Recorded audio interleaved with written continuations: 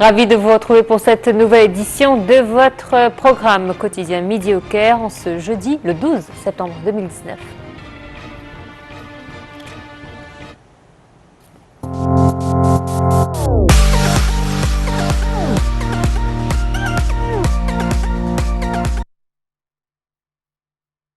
Une de l'actualité locale, ce sont les déclarations du porte-parole de la présidence, l'ambassadeur Bassam Radi, qui a affirmé que les conférences nationales de la jeunesse représentent une plateforme interactive de haut niveau dans la communication directe entre la direction de l'État et le peuple égyptien, notamment les jeunes. L'ambassadeur Bassam Radi a ajouté que ces conférences élaboraient de nouvelles règles de dialogue avec les jeunes, surtout en ce qui concerne les dossiers économiques, politiques, sociaux et autres.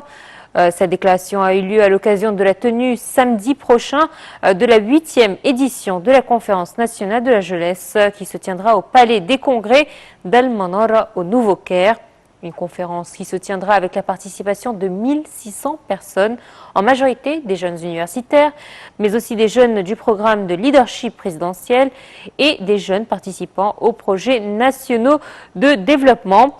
Figureront aussi parmi la liste des invités des jeunes hommes, de jeunes hommes d'affaires.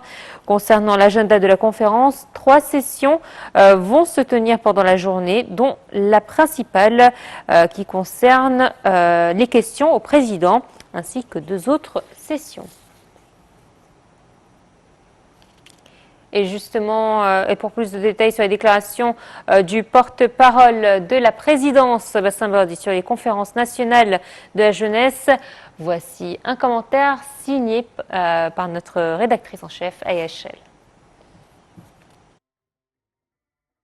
Le porte-parole de la présidence, l'ambassadeur Bassam Radi, a déclaré que les conférences nationales de la jeunesse sont devenues une plateforme interactive de haut niveau pour la communication directe entre les dirigeants de l'État et le peuple égyptien, en particulier la catégorie des jeunes qui représentent plus de la moitié de la population égyptienne. Dans des déclarations exclusives à l'agence de presse du Moyen-Orient, l'ambassadeur Bassam Radi a déclaré mercredi que ces conférences avaient défini de nouvelles règles pour le mécanisme de dialogue avec les jeunes sur toutes les questions, qu'elles soient économiques, politiques, sociales, de développement ou autres. À travers ces conférences, de nombreuses idées et initiatives de jeunes ont été traduites en recommandations. Il a ajouté que les conférences de la jeunesse ont fait écho au niveau de développement local pour organiser une version internationale présentée chaque année par l'Égypte sous le nom de Forum mondial de la jeunesse, qui a été salué par le Conseil international des droits de l'homme dans sa résolution dernière intitulée « Jeunes et droits de l'homme ». Le Conseil a notamment loué les efforts de l'Égypte pour organiser ce forum international et ses précieuses contributions dans ce domaine. Les remarques sont survenues à l'occasion de la 8e édition de la Conférence nationale de la jeunesse qui aura lieu samedi prochain au centre des conférences Al-Manara sous les auspices du président Abdel Fattah el-Sisi.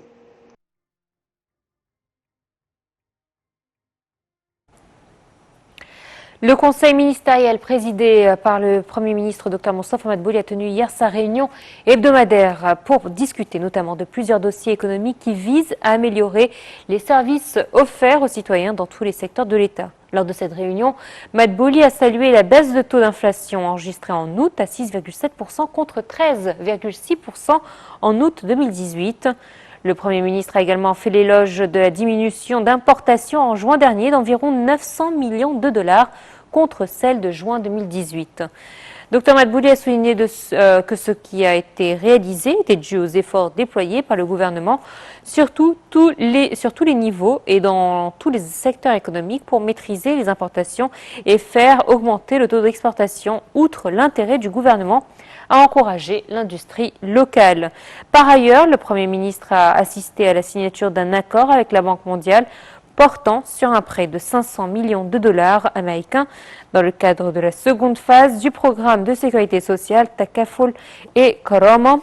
Selon la ministre de l'Investissement, cet accord fait partie d'un accord total de 8 milliards de dollars entre l'Égypte et la Banque mondiale.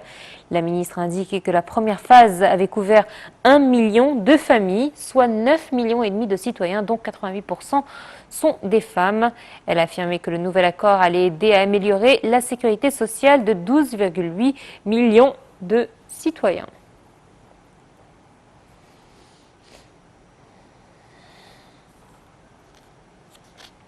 Et je pense que nous avons un téléphone ou une intervention à ce sujet. Alors, tout de suite, nous avons donc Dr Raouf Ghafar, expert en économie, par téléphone, qui va justement nous commenter cette nouvelle. Bonjour. Bonjour. Alors, on voit que donc le dernier rapport du Conseil des ministres est plutôt positif. Plusieurs points ont été applaudis durant cette séance. On note notamment la baisse de taux d'inflation, enregistrée en août à 6,7 contre 13,6%.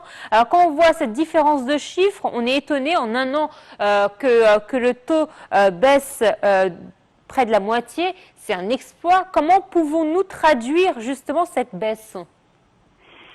Ça veut dire beaucoup de choses. Ça veut dire que notre monnaie devient plus solide, le prix de la livre égyptienne augmente, c'est-à-dire on a beaucoup plus de production,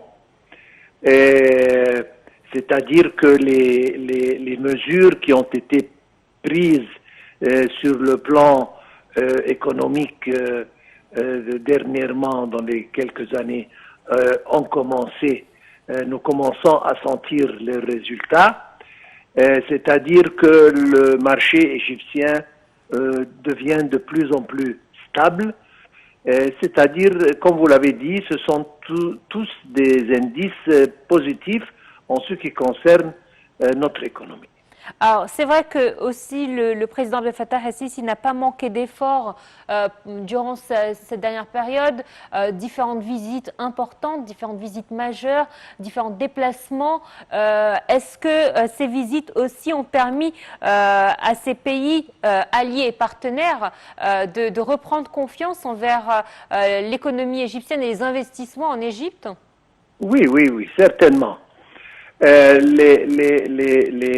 visites sont toujours très positives et nous avons besoin du financement, du partenariat plutôt, avec des pays développés. Nous avons besoin de leur expérience, nous avons besoin de leur ingénierie, de leur know-how pour développer notre propre industrie. Et ça arrive.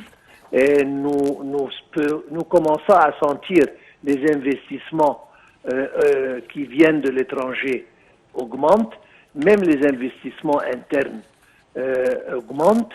Et justement, tout vise à augmenter la production, à, disons, viser vers l'exportation, ce qui est excessivement important, comme je viens de dire, pour que le marché soit stable. Et c'est exactement ce qui arrive dans ces derniers jours. Docteur Raouf Ghafar, vous êtes expert en économie. Merci infiniment de votre participation à notre programme ce matin. Nous poursuivons quant à nous, très chers téléspectateurs, la suite de nos nouvelles. Le Conseil des ministres a par ailleurs approuvé 2 projets de loi concernant la réorganisation des autorités du Grand Musée égyptien et du Musée national pour la civilisation égyptienne. De quoi s'agit-il? Eh bien, ces 2 projets de loi interviennent dans le cadre de l'attachement de l'État à la protection et à la restauration des antiquités. Le projet concernant le Grand Musée égyptien stipule que celle-ci est considérée comme un organisme économique public doté d'une personnalité juridique dont le siège se trouve dans le gouvernorat de Gizeh.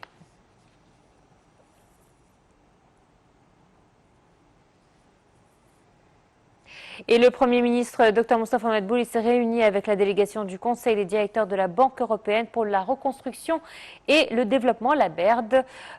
Cette réunion a eu lieu en présence de la ministre de l'Investissement et de la Coopération internationale, Dr Sahar Nasr. Retour sur cette rencontre avec AHL. Le Premier ministre Dr Moustapha Madbouli s'est réuni avec la délégation du Conseil des directeurs de la Banque européenne pour la reconstruction et le développement, la BERD, et ceci en présence de la ministre de l'Investissement et de la Coopération internationale, Dr Sahar Nasr. L'Égypte apprécie la coopération établie avec la BERD dans les divers projets de développement durant les années précédentes, a déclaré le Premier ministre. Le gouvernement égyptien, a-t-il ajouté, aspire à davantage de coopération avec la BERD dans la prochaine période dans le domaine du transport, notamment ferroviaire et maritime. Les responsables de la banque ont affirmé que cette visite est une bonne occasion de s'informer sur le terrain de l'expérience égyptienne réussie dans l'application de la réforme économique. La visite a aussi pour but de tenir des concertations avec les responsables gouvernementaux et les représentants des secteurs privés et bancaires. En ce qui concerne les actions du gouvernement pour promouvoir l'afflux des investissements étrangers directs, le Premier ministre a souligné que l'Égypte n'épargne aucun effort pour faciliter les mesures relatives à l'investissement et améliorer le climat des affaires dans le pays.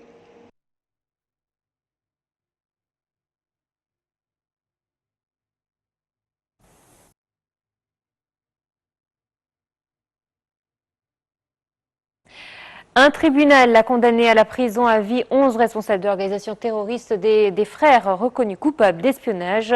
Parmi ces 11 personnes condamnées à la prison à vie, qui équivaut en fait en Égypte à 25 ans de détention, figure le guide suprême de la confrérie, Mohamed Badir, et son adjoint Khayrat Chatr, ainsi que Assam el-Aérienne et Mohamed el-Beltaghi.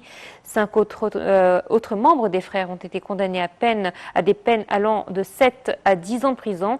6 ont été acquittés, tous étaient accusés d'avoir commis des crimes en collaboration avec des organisations étrangères, a dit une source judiciaire en citant le Hamas et le Hezbollah. Ils ont accusé de financement du terrorisme, mais aussi de crimes des crimes commis qui ont nui à l'indépendance et à la sécurité du pays, a déclaré avant l'énoncé du verdict le juge Mohamed Fahmi. Ils ont trahi leur nation, ils n'ont aucune excuse. Selon lui, les condamnés ont encore la possibilité de faire appel, selon une source judiciaire.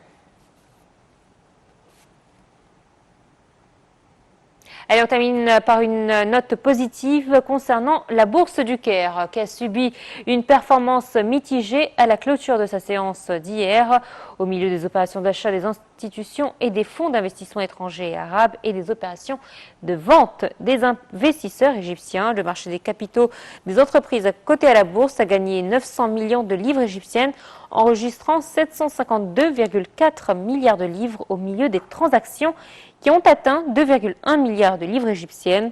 Le principal indice GX30 a haussé de 0,39%, enregistrant 15 014,82 points. L'indice des petites et moyennes entreprises, GX70, a haussé de 0,01%, enregistrant 556,63 points. Et enfin, l'indice le plus élargi, EGX100, a chuté de 0,05%, enregistrant 1481,06 points.